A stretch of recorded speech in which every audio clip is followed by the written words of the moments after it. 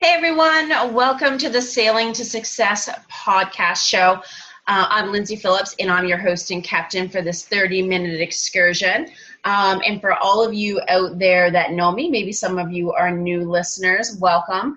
But I love sharing, practical tips, business building strategies to really help and motivate entrepreneurs to be more productive and boost their profits and grow their business, but even just to be better people. So I am really excited to have Michael O'Brien with me to talk about some of his experience and how to be a better version of yourself and to get from good to best, if that makes sense. Well, you'll hear more in a few minutes. But before coaching, Michael spent about 22 years as a leader and executive in the global pharmaceutical industry. And he's really passionate for building leaders, developing cultures, and changing lives. And this sparked his shift from executive to team coaching. And so as the president of Peloton Coaching and Consulting, he really specializes in coaching senior leaders, C-suite executives, entrepreneurs, and the whole teams looking to enhance their energy, trust, and obviously results. And he really leverages the lessons learned from his near-death cycling accident and recovery to help his clients move beyond their challenges on their journey toward being their best and self-mastery. He is an ICF certified coach and an all-in partner focused on creating better tomorrows for his clients, associates, and Peloton members. So thank you, Michael, for joining me. Thanks, Lyndsay. It's awesome. I'm glad to connect. And as we were talking earlier, this is social media in action because we met on LinkedIn. I know. Now we're here. So social media, it works, right? It brings people closer together. It's pretty awesome. Exactly. We were just kind of interested in each other's content and shared some things. And I'm like, hey, wait a minute. I think I'd love to have you on my show. So yeah, I just love that connecting because then as you think social media is just, there's too many numbers out there, but we're living proof, Michael.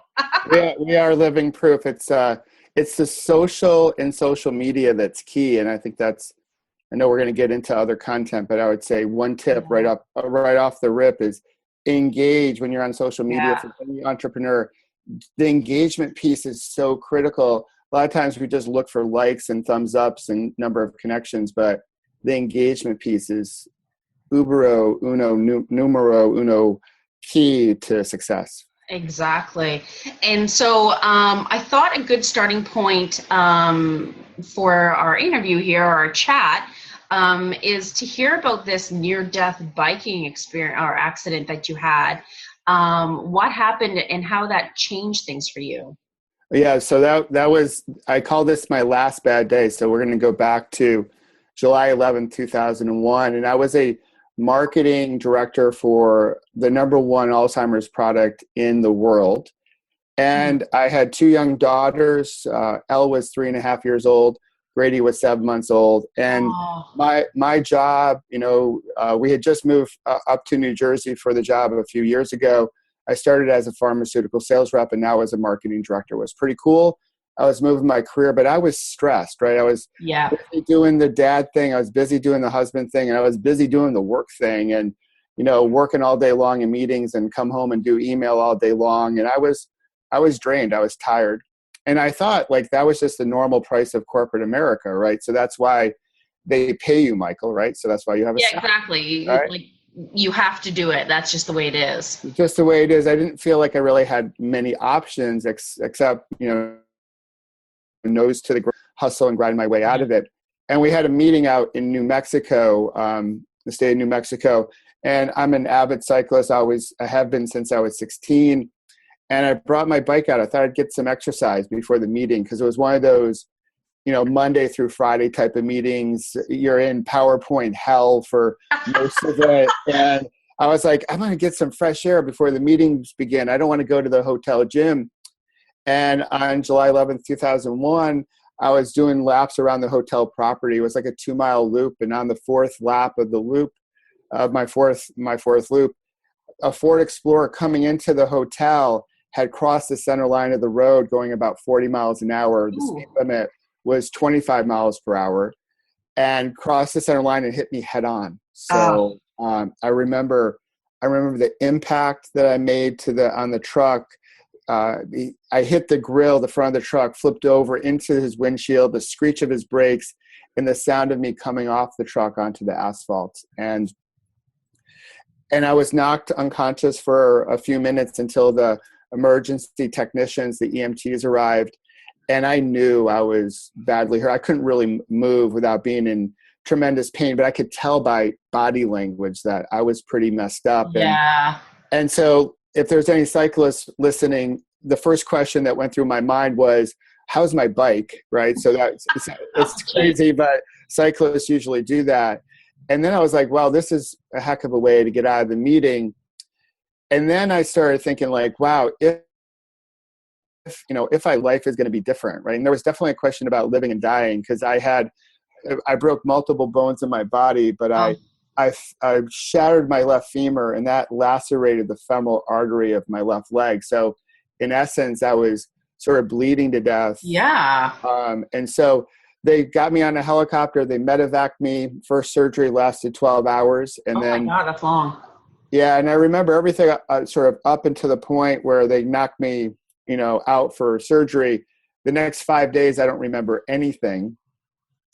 And then I came out, and then I started getting my bearings straight. And so, and starting to process like what happened. And the unfortunate thing was life was different, but I was angry, right? I was going through the stages of grief, denial. Yeah. I had moments where I wanted revenge. Like, that guy harmed me. He should not have been driving. Therefore I will harm him. And it was sort of this toxic stew that wasn't really serving me well.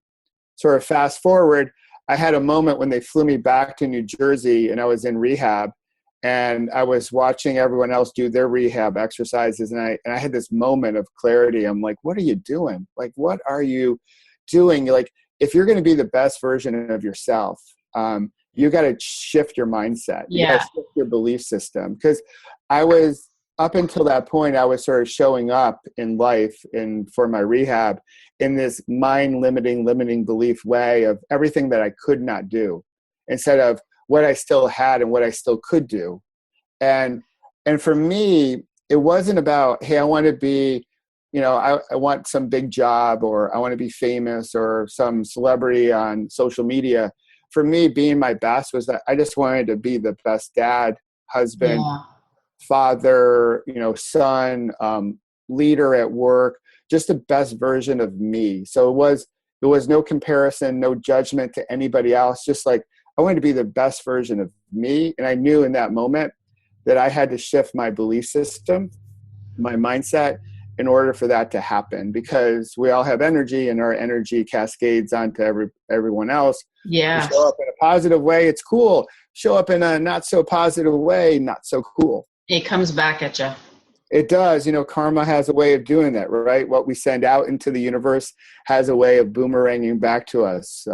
Sometimes it's clear, and sometimes it's a little fuzzy, but it often always comes back somehow, some way. That must have been crazy scary for your wife. Super. So the thing is like, so she became like a single mom. Yeah. With a dependent husband, like in a matter of seconds, right? So it was like, wow, what do we do? Luckily, I have the most awesome wife, and she went into go mode. She's like, okay, we got a problem. All right, let's get it done. And she just like took over and became my advocate, became my, still my best friend, my wife, everything, a single mom. And she's one of the keys to why I'm here today and in the shape I am today. Without her, I would be a quarter of the person I am today. That's nice. Now, obviously she helped you get through this, but I read that you really struggled with asking for help or seeking help from people, even if they offered it. Yeah, no, that was a big challenge for me. Lynn, my wife, was much better at doing that. But I remember vividly, I got a phone call from a senior executive at Pfizer, the big pharmaceutical global player. My company had a partnership with Pfizer. And so obviously Pfizer heard the news, and Greg called up, and I was in my hospital bed. I was still in a wheelchair, I couldn't stand, I couldn't walk at that point in time. He called me up and he said, "Hey, what do you need? Like, we're thinking about you." And I literally said, "Oh no, I'm good. I'm fine. We're all good. We're fine." And I'm like, totally lying, or Oh just yeah, not absolutely. aware. And so, That answer. luckily Greg was, he could sort of call B.S. pretty quickly. And he said, "Listen, we know you need help."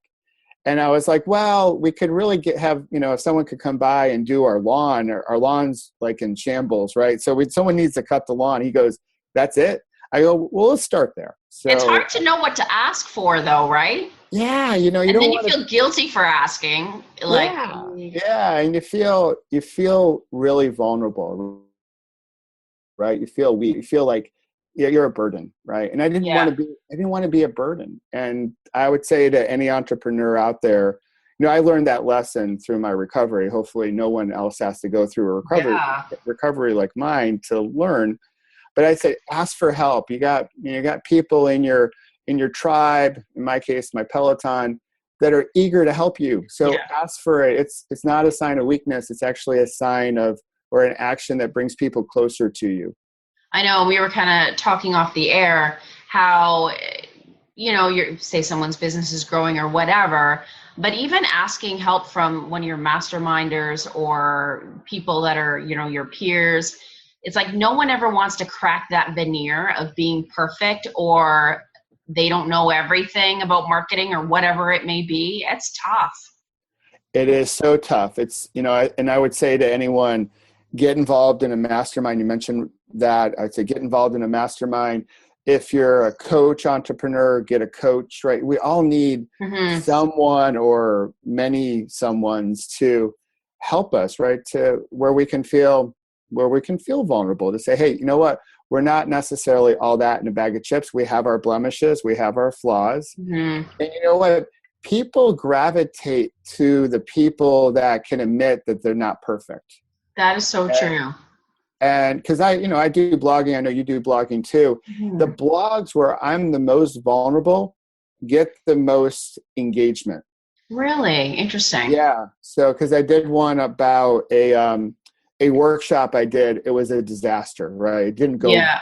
and no, I was embarrassed, and so I decided, hey, this is a learning opportunity.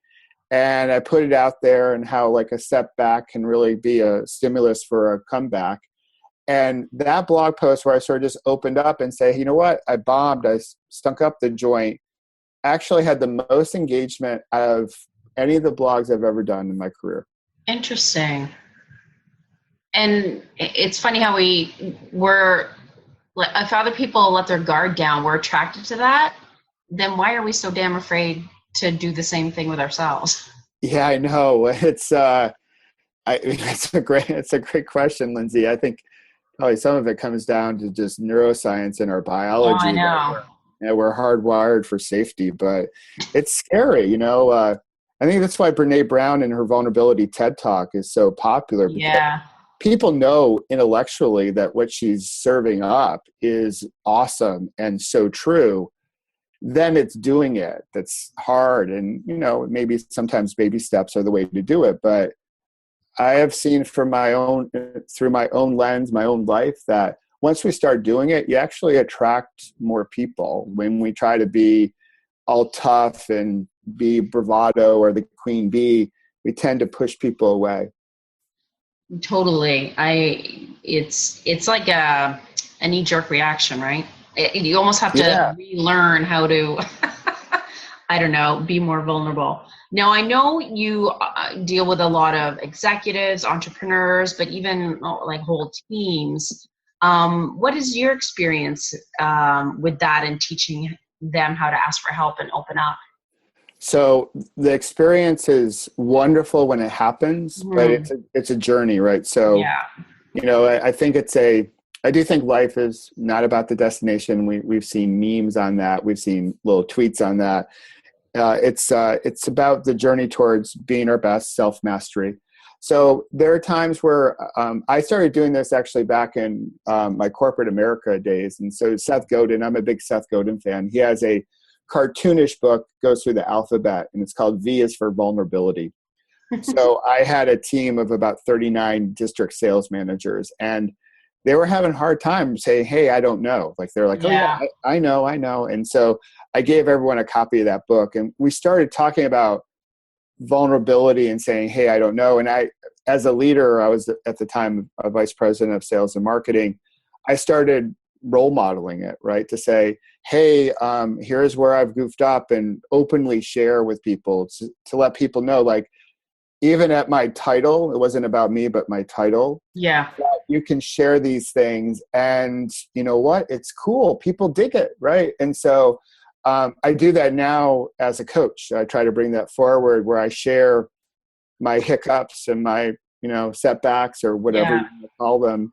So my clients can understand. It's not going to, like, the narrative, the story in your head that if you share a vulnerability that your career will be ruined is not really all that factual, right? It's emotional. It's not rational. So and fear-based. And fear-based. And so I try to work with them on, again, sort of small steps at first to say, hey, in this group, share a little bit. Maybe it's your team of 4 people, and then you start broadening it over time, and see if you can get a little bit more comfortable with it, and more comfortable just having that conversation with yourself too. Now, do you feel that if someone doesn't, allow that crack of the facade, if you don't open up about those vulnerabilities, that you're straining your path to change, to become the better version of yourself?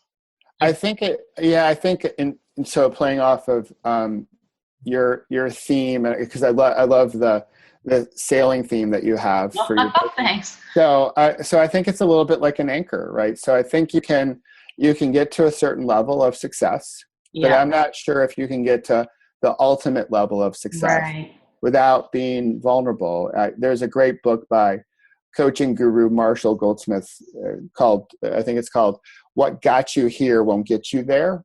And that's a good phrase. Yeah, it's sort of in the concept of more levels, more devils as your business grows, or your titles grow in corporate America, or in Canada where you're based, or Europe if people happen to be listening in other places across the globe. That, like, what got you to the dance may not necessarily keep you there. You got to keep on evolving, and I think vulnerability and asking for help is part of that. Yeah, no, I totally agree. It's hard to do, but you almost have to catch yourself and correct that habit.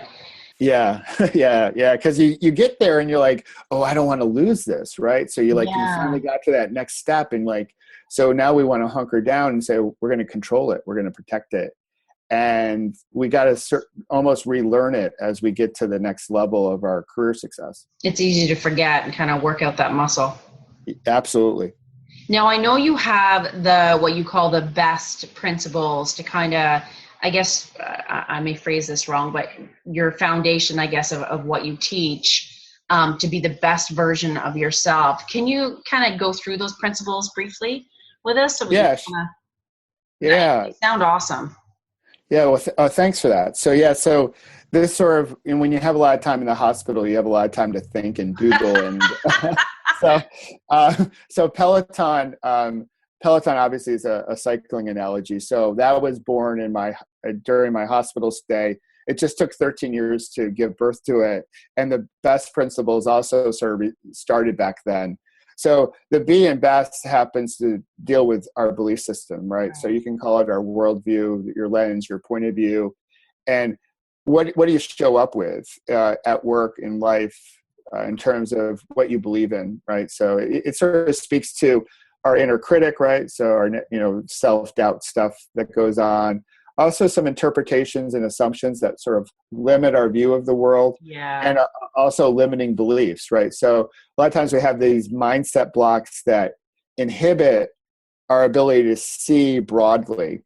So the first thing I had to do was sort of to check myself on my belief system, right? To switch from a victim way of thinking prior to that aha moment to more of an attitude of abundance, if you will. So the B is all about beliefs. Perfect. And I guess even just being in control of your own destiny versus this is just the way it is and I'm just along for the ride. Absolutely. So as I coach, I'm a big believer. We always have choices, even in our most darkest hours. Yeah. That there's always some choice, that we're never truly stuck, although many times we believe and we feel that we Yeah. are, but if we work hard enough on our belief system, we can find some other opportunities. Nice. So the E has to do with energy. And so I'm a big believer in productivity. I know you are too, and how Yeah. to, and so managing our energy. And so for me, energy is everywhere, and there's a cascading ripple effect to it when it's good and when it's not so good. And it's a combination of our spiritual energy, which is not religious. It's more about like, who am I? What's my vision? What's my Like your purpose? soul? Yeah, well, more like what's my purpose in Okay. life? What's my, like, we'll go to Simon Sinek, right? What's my why? So what are my values? What are non-negotiables, right? So that spirituality piece of it. There's also a mental and an emotional part of it. There's also a physical part of it, right? So, and we can manage our energy this way through, our belief systems, understanding our sense of purpose, our values, how we eat, how we move, how we sleep, and also, our ability to have some deep thought and reflection and enough pausing in our lives so we can ask ourselves really thoughtful questions, and then allow some options to sort of unveil themselves. So E is all about energy. It also sort of speaks to connectivity too. So making sure that we have really strong energetic connections, again, speaking to the sense of tribe or group or society or Peloton again. So the S is about celebrating our successes and our setbacks, right? So I think in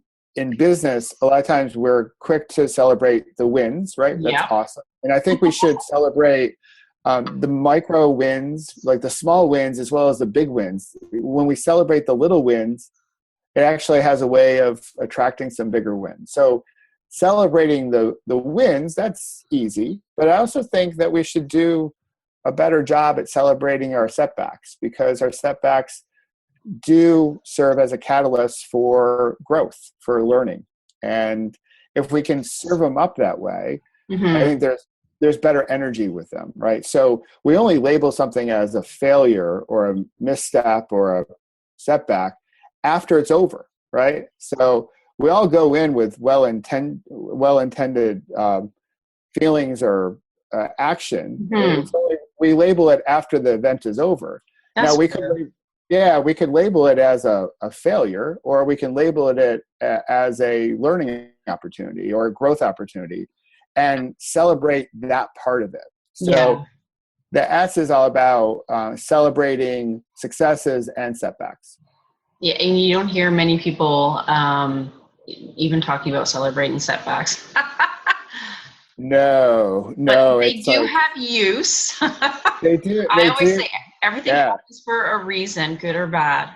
Absolutely. Yeah, I do think there's value, right? So, hey, if you're making the same error over and over again, that's a different conversation, right? So you're not really learning then, right? No. So, but I do think there's some value in, hey, when we have a misstep, when we miss the target, what's the learning? And celebrate the learning of it, because that learning is going to make us a better entrepreneur, a better business leader, just hopefully a better person. Yeah, and serving our clients better, whatever it may be. Absolutely. And then the T is around transformation, right? So sometimes it's big transformations, big steps up, and sometimes it's just little steps. I had a little mantra that I would use during my recovery as I approached my physical therapy. We're going to work really hard today, Michael, to make, tomorrow better than today. And it was sort of this building, rotation of the bicycle wheel, if you will, like make tomorrow better than today, make tomorrow better today. Today's can be awesome, but we're going to work really hard today to make a better tomorrow. And so that better tomorrow turned into the T for transformation. Yeah.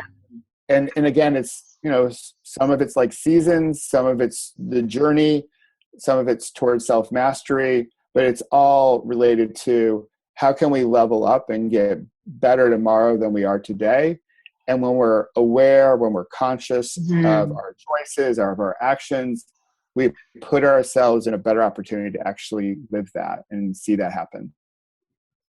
I love that. And you're like all about acronyms, which I have a Yeah. weird obsession with acronyms myself.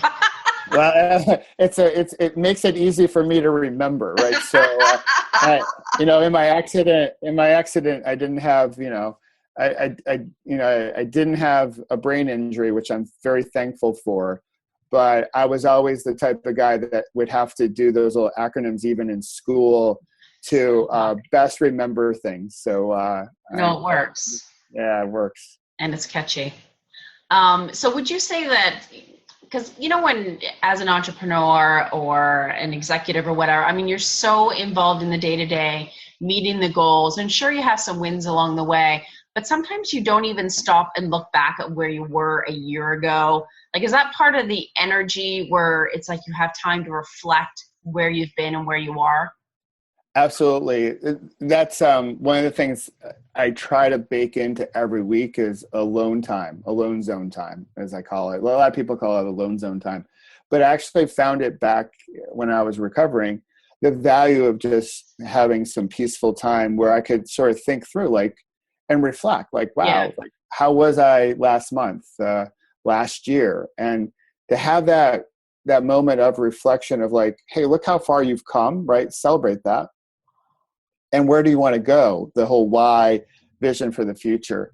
I think a lot of entrepreneurs are so busy, and I know a Gary Vee is really popular on social media, Mm-hmm. especially on YouTube and such. And so I understand his message of hustle and grinding. And I get that. And obviously hard work is something that's really, really important, right, to any successful leader and entrepreneur. Yeah. But I also think hustling and grinding on the things that truly matter lead to greater productivity, right? So hustle and grind towards shiny objects, not so much. Yeah. But things that truly matter, Essentialism, if you will, which is an awesome book that I gave out to all my clients last year. Understanding what's going to really move your business forward, I think, is key. Mm-hmm. Having alone time each week, and I have 2 hours each week, a minimum. It's Thursday between 1 and 3. I shut off my computer. I don't take any client calls. It's just my time to think about how am I doing in terms of the week?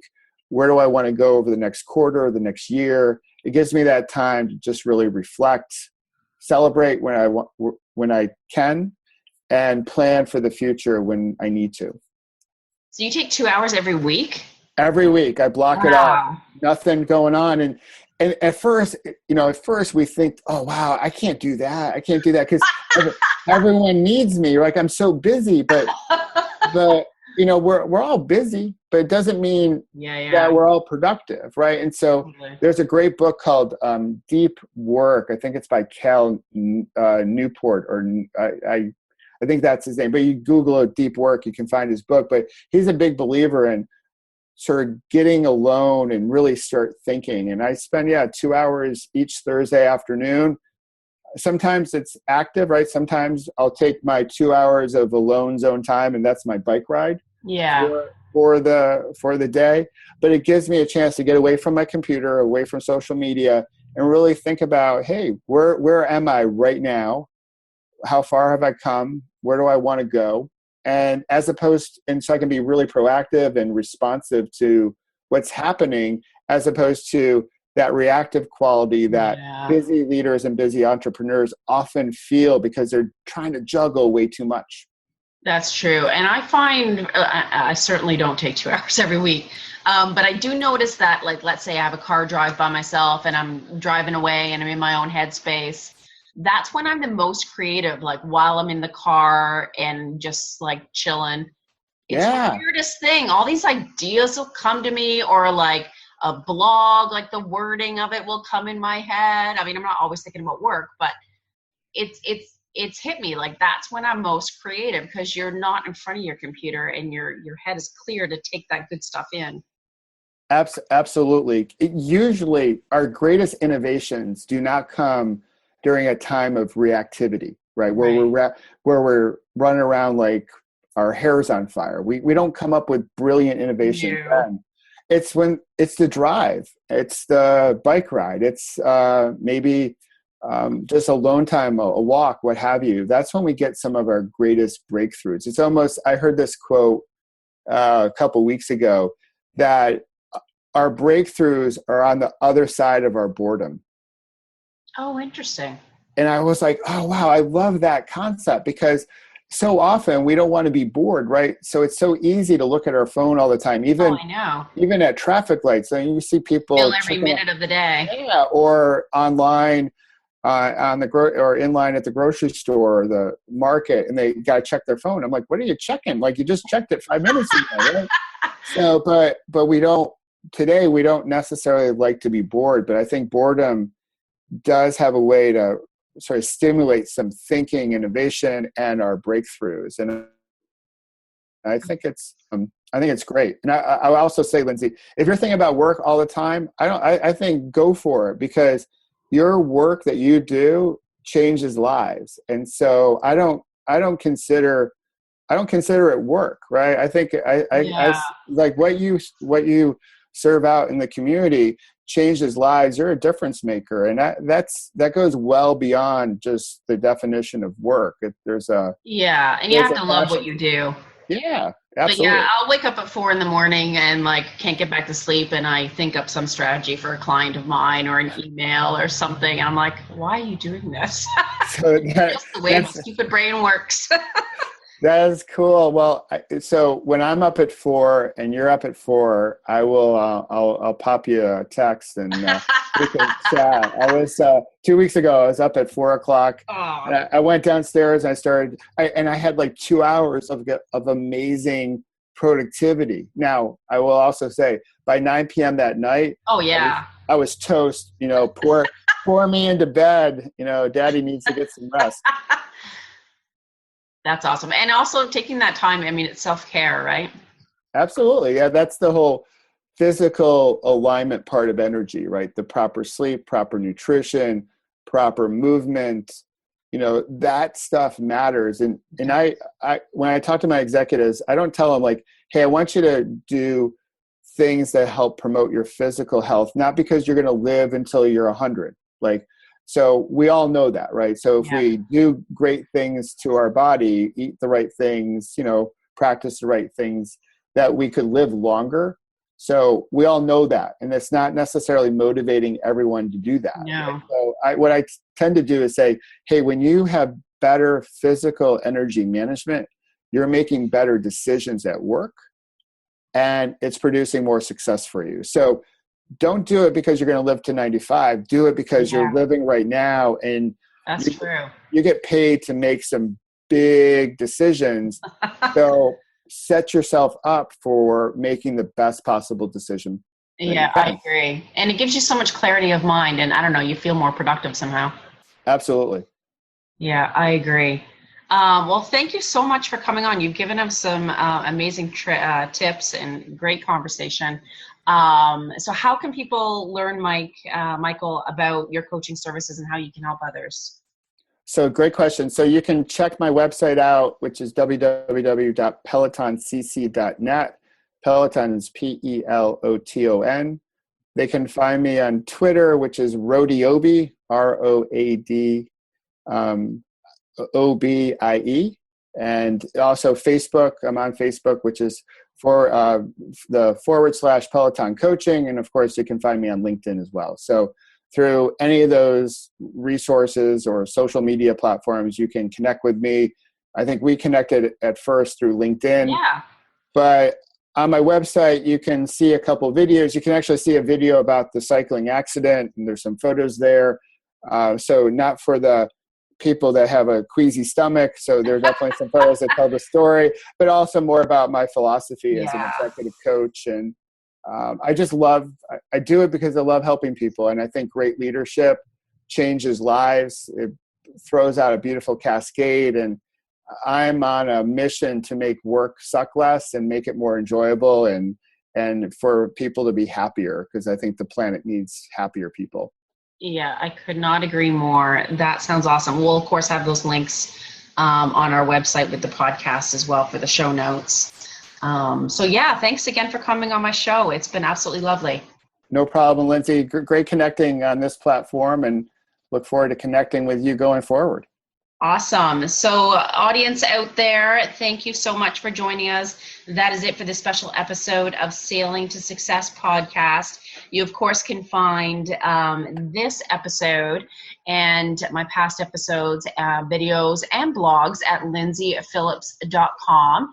And if you want to learn about how Smooth Sailing online support can support your business, of course, and get you to grow faster, you can find me at ssonlinesupport.com. So until next time, folks, I wish you all a productive and profitable week, and may the winds always be at your back.